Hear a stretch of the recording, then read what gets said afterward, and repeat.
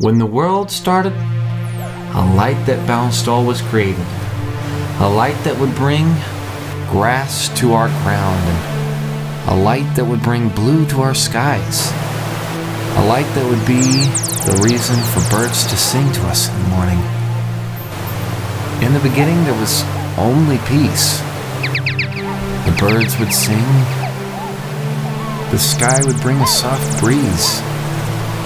And the grass would flow like a beautiful quilt amongst the wind. A place that was so peaceful it's almost unimaginable. But with every light there comes a darkness. One day the birds were singing their songs and it became quiet. And one day the grass held completely still, halted in its place.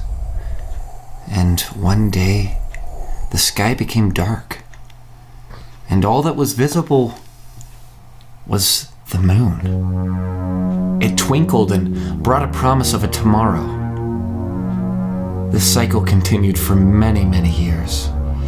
As the moon changed, it became covered by the earth that it smiled upon. And quickly a red drop of light approached the earth, something that would change the earth forever. And the next day, when the sky turned blue and the grass flowed and the birds sang, everything halted at once. Then something fell with a loud thud. What fell, you may ask? A bird quickly dove towards the ground, leaving only skeletal remains. This was the first death ever. And with life, death becomes a red light. A red light that seemed to feed off the death and decay and pain of its victims. It thrived for more. Each bird dropping dead and each grass blade wilting to brown, each gust of wind halting and becoming still. It thrived for these things. Enough so that one day the red light went out of control and the sky bled to a maroon. The grass wilted to a blood maroon. Everything halted. Everything was still.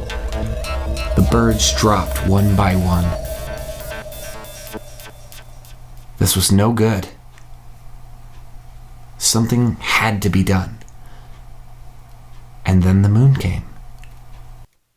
And with it came something that would change the earth forever. Something wonderful. The creation of man. A human. Something that could communicate, something intelligent, something that can defeat the red light. The red light could not harm these humans, for it had no physical form. Humans kept evolving it. It could never strike hard enough to wipe out this complex form of flesh, muscles, organs, and bones. So if the red light had to improvise. For if this red light could not use a physical form, it can use something far greater than we will ever understand.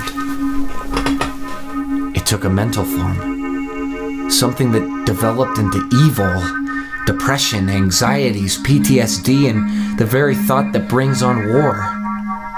The red light had created hate. This red light filled these humans with hate, and throughout many times, many wars would occur, leaving millions and billions at their grave. The suffering was great. This pleased the red light. This red light was so powerful it seemed like it had defeated the human. Until the human struck back. The human had developed something so complex that the red light could never ever comprehend. The human brain was complex but easy to manipulate, but this was deep inside the humans. This was something that would create kindness, love, affection, and comfort. The human heart. While these human hearts were fragile and could be broken, the red light was left almost defenseless against them. It was time he strike harder. War continued, leading to the great world to be faced with the First World War, which led to a Second World War. This red light had claimed millions of innocent lives, and it was now time for it to take a more complex form. So arising from the ashes of millions were teeth that were not its own, mixed and matched in various patterns, and eyes that sunk to the back of its head and watched with an ungodly gaze. This was other suffering, Elise Patenibus. The clock clicked on and hate spread throughout the world. No one loved anyone. It was rare to see people happy. Until later. People became more peaceful. Protests happened. People understood what Elise could do, and they hated it. Yeah, we hate it. So, in the late 1960s, the humans, using love and various other substances, had temporarily defeated Elise Patenibus, Yeah, we did it. Woo. leaving it defenseless. Yeah. It hid in the shadows until time rolled around, the clock ticking again and again. This time the red light must strike small.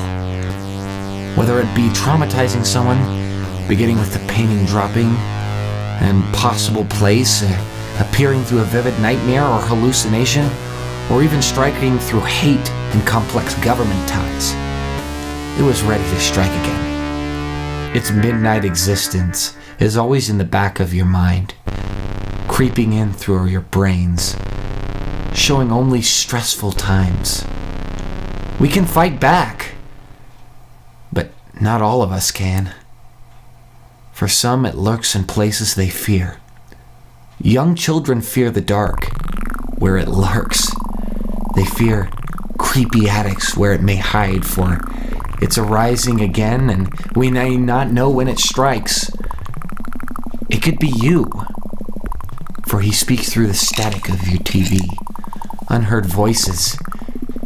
He'll always be there, claiming more. And who knows what he may become.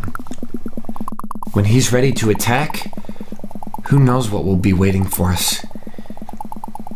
He may be looking for us during day, or he may be looking for us during night.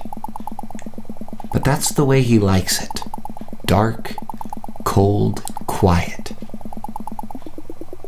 He creeps in the back of your mind. A hate. Something far darker and greater than you'll ever comprehend. And he waits, and he waits. He wants you to suffer. And as you rest your head at night to sleep, that's when he will strike. When the only thing between you and him is your easy, manipulable mind. He waits for you to dream. He waits for you to sleep. That's where he'll strike.